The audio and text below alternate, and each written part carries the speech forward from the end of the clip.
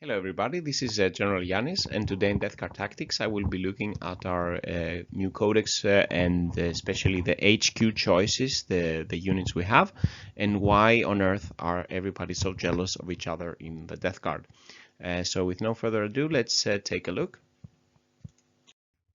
So Sunday the 24th, I'm still waiting to get the actual codex, so I'm still running out of the leaks and rules revealed, etc. So I guess with the Brexit stratagem in play, that can be only used once, let's say, in combination of the whole world being within the COVID contagion range. I guess I will still have to wait a bit more time until my things arrive. The codex and some of the reinforcements, for example the Malignifier, I'm really looking forward to, and I'm happy to see on the Facebook group a lot of people posting the pictures of them getting their stuff, so there is hope ahead. So far I have covered a first review of the overall keywords, death card abilities, traits and elite characters, and then I have posted some videos deep diving into the weapon options for Plague Marines and Blightlord Terminators. I will of course continue doing the analysis of different units, comparing them to each other, and I will have a video on the Plague Marines second part soon. But for this time in this video I'm taking a small break from the Math Hammer exercises and continuing the review of the Codex rules, and with focus on our HQ choices, the relics and the pathogens. And by the way, I'm a bit what type of operation is Mortarion actually leading here with his lords can't work together, and then that forces us to take psychers that Mortarion hates, basically, according to the fluff. So maybe the death card should all go to some sort of consulting retreat and try to find things out. But until then, they cannot work so well together. But let's jokes aside, let's take a look at our HQ choices. So in my video where I covered the death card units, the keywords and the ability summary, I had the a table where you can see the different things in our codex, the different units, and today I'm going to be focusing on the HQ choices, where we have several units, but where a lot of them have the Lord of the Death Card keyword, and the rules state that in one detachment we can only have one Lord of the Death Card. So if we want to fill, for example, a battalion and have 2 HQ, we can maximum take one of these guys with the X's here, and then we need to add at least one of the Playcaster or Sorcerer to fill out the battalion. And if we go to a brigade, it's even worse, then we need to take 2 of the Sorcerer or Playcaster with one Lord or Demon Prince. So yeah, if you want to check it a bit more, you can pause and see. But let's start looking at the HQ choices we have. So starting with the Chaos Lord, our cheapest option for 85 points baseline. He represents the cheapest way we can fill an HQ slot. He has the Lord of the Death card ability, as I mentioned before, which gives reroll 1s to the hit aura for core units, and this the rerolling 1s is basically equivalent to getting 17% more hits on average for only our core units. And you could also go back and see which are our core units, but we don't have so many. It's the Plague Marines, the Blightlord and Death Shroud Terminators, the Hellbrutes, and the Possessed, if I remember correctly. The good thing about the Chaos Lord is that now he's been Deathguardified, so his toughness has been increased to toughness 5, and now he has Disgusting Resilience. Previously he felt a bit odd to take in the unit because he had toughness 4 unlike the rest of the army, and then he didn't have Disgusting Resilience, but now at least the stats feel more Death Guard. I don't know, the model doesn't feel so much Death Guard, but for example for myself I took a Death Guard champion, Plague Marine champion, and tried to make him a Chaos Lord with some other weapons and a bit more stuff there. So I think it's possible to convert something that it looks more nergly, let's say. His standard weapon is the lowly bolt pistol and a chainsword, so nothing super fancy. But he has a 4+ invul save, a 3+ save, 5 wounds, and he can actually move 6 inches, so he's faster than basically most of our units.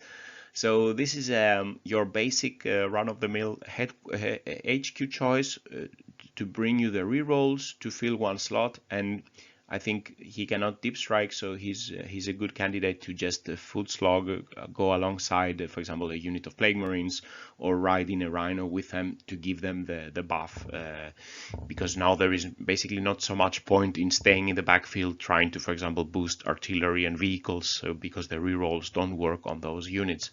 And then of course he has some weapon options. You can put some more things, so he could do a little bit more damage shooting and melee, and basically he only has one option that has a plague weapon, and he can take a bale sword. So I will look to try to modify the guy I made with the chainsword. I think I will go for the bale sword, and then he would fit a little bit better in with the plague theme.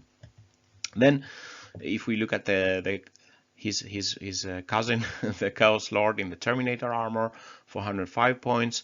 He's equipped with a combi bolter and a power axe. Because he has the Terminator armor, we still keep our 4+ invul save, so this is really good. He has a 2+ save, a 5-inch move. He has 6 wounds, so a bit more wounds than the Chaos Lord, and importantly he has the teleport strike ability, allowing him to deep strike. So I think this is the cheapest way to take a Lord to deep strike, for example, with Terminators, buffing them and giving them the reroll once aura. And he has a few options to upgrade, but he would not be, I mean, he's not super hard hitting character. And down here in the bottom we have the effect of having the reroll once to hit aura. So if we have, for example, an auto hit weapon, how many hits do we get on average? I mean, this is the baseline we hit with everything.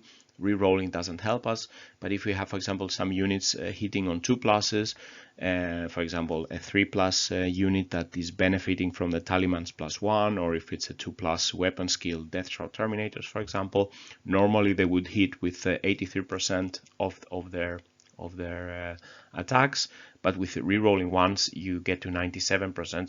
So it's basically, you're basically hitting with everything. For such expensive models and with hard hitting weapons, it could be really good to get the reroll once.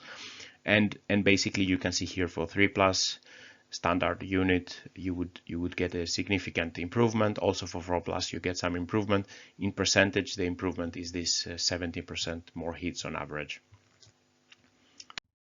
And continuing with the HQ choices, now going more to the death card unique units. Let's start with this guy, the Lord of Contagion, that was part of the Dark Imperium box set, that I guess a lot of people will be hanging around. He is 120 points, so more expensive than the Chaos Lords. His standard weapon is the Plague Reaper, and it's this the axe here that is a strength 8 for him, AP -3, D3, damage 3 weapon, and -1 to hit, so he will be hitting on 3+. But this is a good weapon if you're facing opponents with, for example, a lot of Terminators with 3 wounds. He can cut through those and kill one right off, instead of having, for example, damage 2 weapons.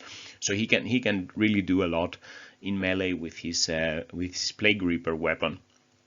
He could another option is he can take the Man Reaper, so it's a bit less strength, and he loses the damage. It's also -1 to hit, but then it can get an additional profile like the Deathshroud Terminators, where he can make multiple attacks with damage 1 weapon. And in this case he also gets the Orb of Desiccation, but in this configuration he costs 125 points. And the Orb of Desiccation is basically some grenades he can hurl over the opponent. So once per battle he can do 3d3 strength 4 AP -1 D2 grenades, giving him a little bit some ranged option, because the Lord of Contagion basically never had anything he could shoot. He could just look angrily at the opponents from distance. One important ability that he has is that he has +3 inches to his contagion range. So this can be really important, because if you take a Warlord trait from if he's your Warlord and you take a Warlord trait from, if you give him a Warlord trait from the Plague Companies, those are contagions, and getting some of these contagions are really good. For example, negating the opponent the chance to reroll, or putting the opponent in mind, where your own weapons will benefit from AP and so on and so on, and there are a lot of good things. And plus 3" to this contagion range is really helpful, because already from turn 2, where he can deep strike, he would have a 6" aura that you could increase, for example, with the psychic ability of the playcaster. You could cast this, and then you would have a 12" bubble with a lot of models coming within his contagion. So if you want to spread the contagions, of course, as the name says, Lord of Contagion, of course, now makes sense. He would be a very good choice to spread the contagion. For example, the Chaos Lord in turn 2 will only have a 3" bubble, and you cannot put so many enemy units in disadvantage there. As I said, the Plague Reaper, a standard D3 damage 3 weapon, straight 3 weapon, is good against the tough Terminators or Aggressors or some of these Space Marine Eradicators, something like that. He can cut right through them, and he can deep strike and spread the contagions easier than the other HQ choices we have. So I think I used him in my first battle, and I was quite satisfied because I could put the enemy in contagion quite quickly. Then the new guy in the block, the Lord of Virulence, also 120 points. He has a twin Plague Spewer, his flamer weapon, and he has a Plague Claw. So it's a power fist like a plague weapon. So also quite a strong weapon, strength 8, AP -3, and damage 2, and it's -1 to hit. And the Plague Spewer is basically 2 Plague Spewers, so you can do 2d6 attacks with his flamer. So he's a bit he is not as powerful in melee like the Lord of Contagion, but he has some significant ranged option here. He has this Master of Destruction aura, where core units within 6" of him, when they do a ranged attack with a plague weapon, an unmodified Warlord of 6 only improves the AP by 1. And so he's boosting a little bit the ranged option, but it's a bit too weak compared to, for example, the 3" to contagion range, at least in my opinion. And he can deep strike, so he's more shooty, but he can also do damage in melee. So it could be an option to take him with, for example, Blightlord Terminators, and then he can buff their somehow a little bit their shooting, and he can still shoot with them, and he can also do damage in the melee, in the fight phase. Then looking at one of the most popular HQ choices for the 8th and beginning of 9th, at least for me, the Demon Prince. The base now is 140 points, and you can give him the wings for 35 points additionally.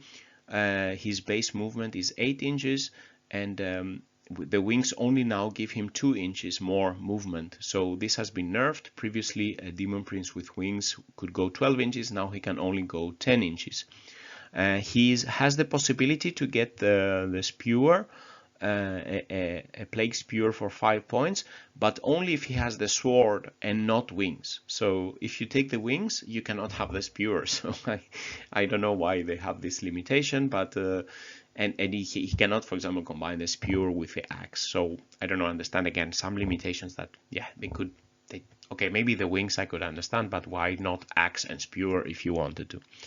All right, the Malefic Talons have been nerfed in this respect, that it says on the datasheet, at least as I understand it, Malefic Talons basically will become a strength 7 weapon, AP -1, damage 2, and you get +1 attack with this weapon, but it doesn't say if you have 2 Malefic Talons like my Demon Prince, how many extra attacks you get. So basically it seems like you only get +1 attack with his weapon, but his base attacks has gone up to 6, so you would still do 7 attacks, but you don't seem to get any additional benefit other than he's cheap, the cheapest way, if you go with the double talons. So and looking at the Hellforged sword, now it's basically with a Demon Prince stats, the strength becomes 8, AP -3, and damage 3 weapon. So this is a really interesting weapon with no -1 to hit, and with his base 6 attacks. I think the Hellforged sword would probably be the choice, and where you also have the possibility to put the Spewer. And in this configuration he costs 150 points without You can see here 50 points without the wings. The demonic axe adds 1 additional strength, has a bit lower AP, also damage through a weapon. This can do even more easier wound the vehicles, but the vehicles with in melee with our -1 toughness aura, typically toughness 8, you will still be wounding with 3+ with the Hellforged sword. So I guess the Hellforged sword will be the weapon of choice for the Demon Prince. He has a 5+ invul save. He can cast 1 psychic power, and he has the 6 attacks. And he of course gives the aura reroll like the other lords, but now previously his reroll aura also helped chaos demons, Nurgle demons close to it, but now it's only helping death card. So again, a push to have a mono list. So yeah, so we no longer get the double boost of death card and demons, but since we will be going, I guess, more mono. Yeah, we'll be going more mono list, only death card. Yeah, he will buff the core units like we have.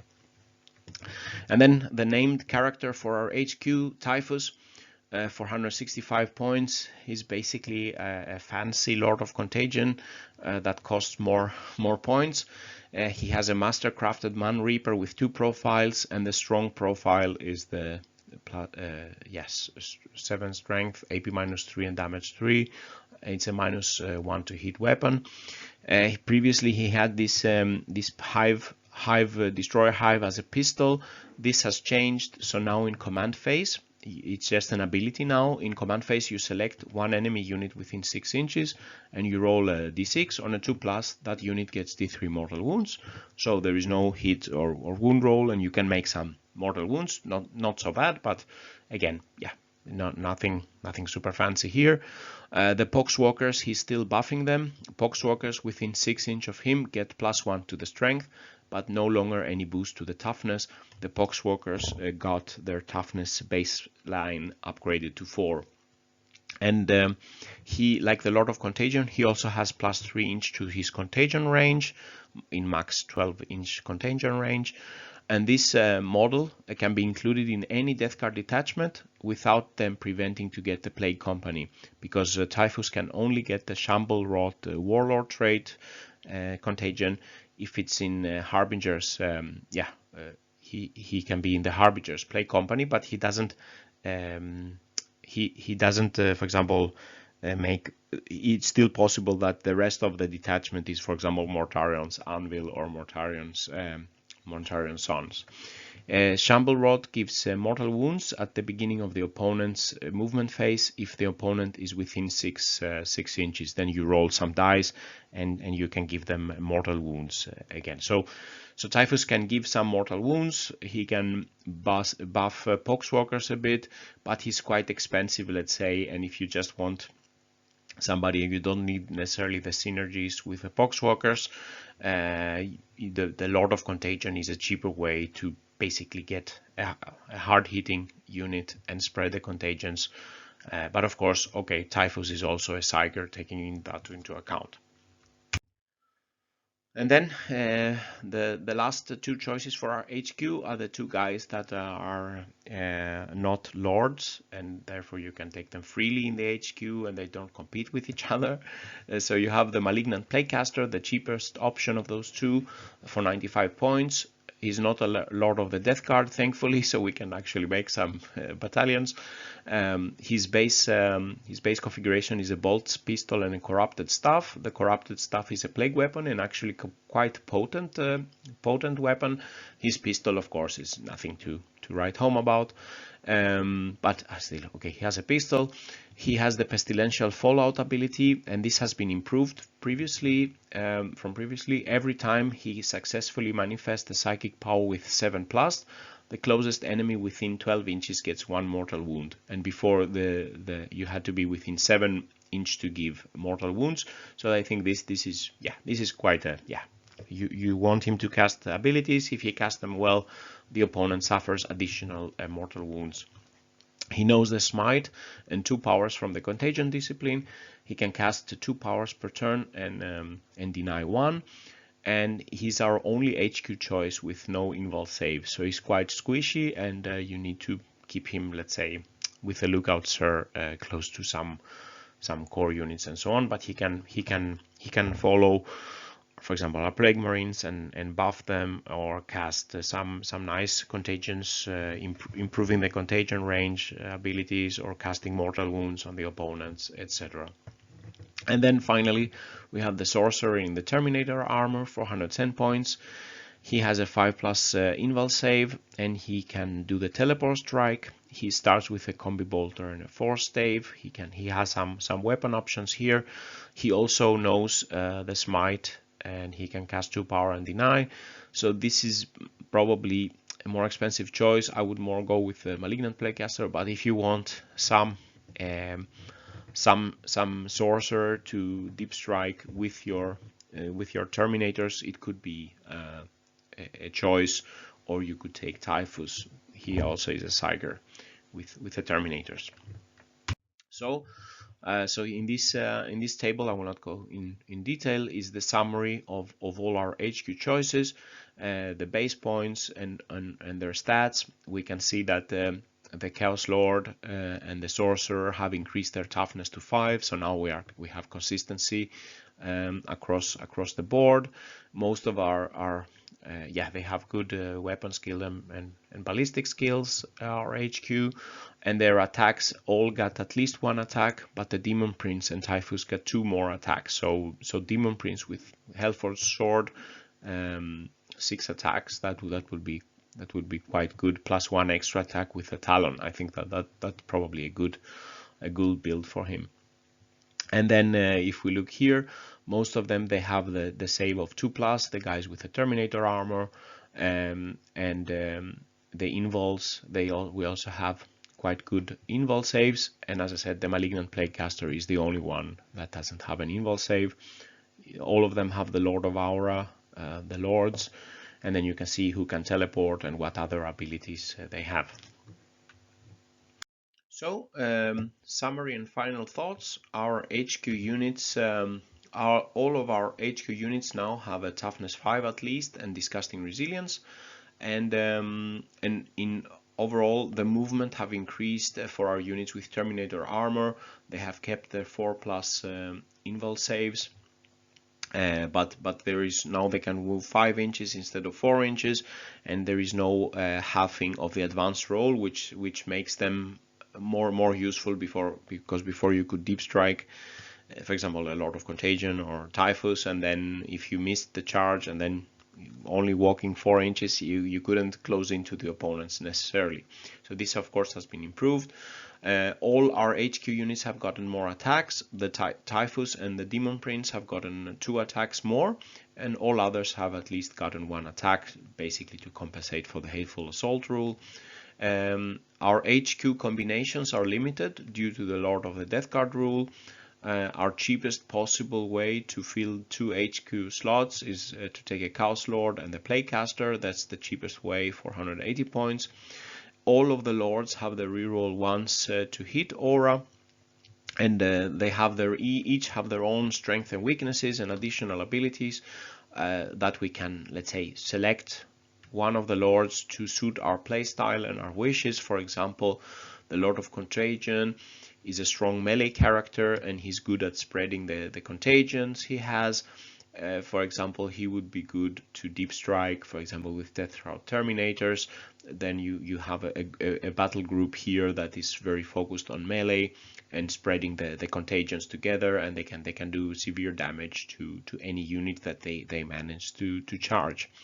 The Lord of Virulence can also do something in melee, but he also adds some shooting to the table and somewhat boosting the shooting of nearby core units.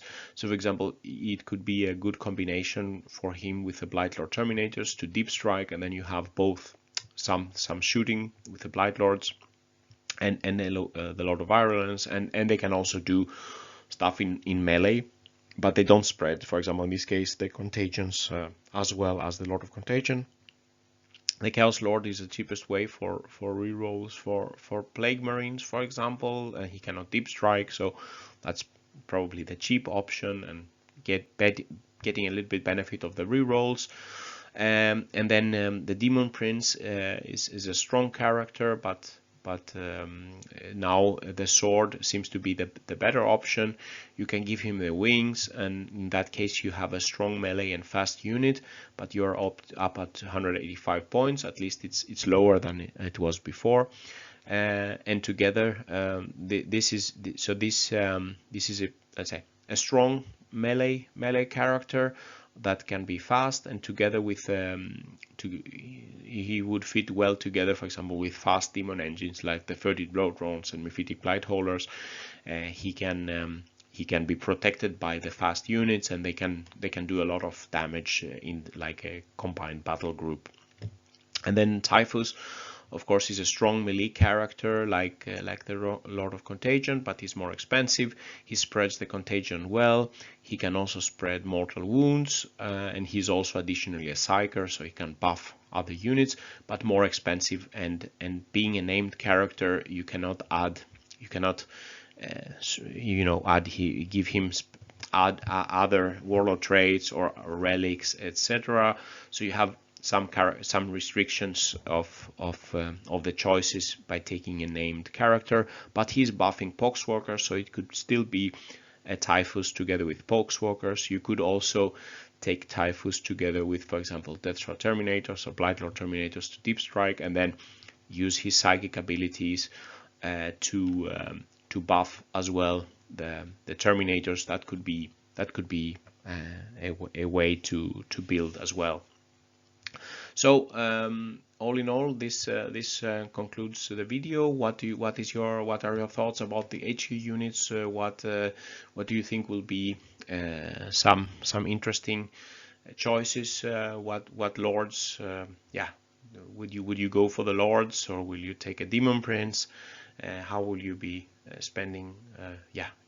How will you fill your HQ slots?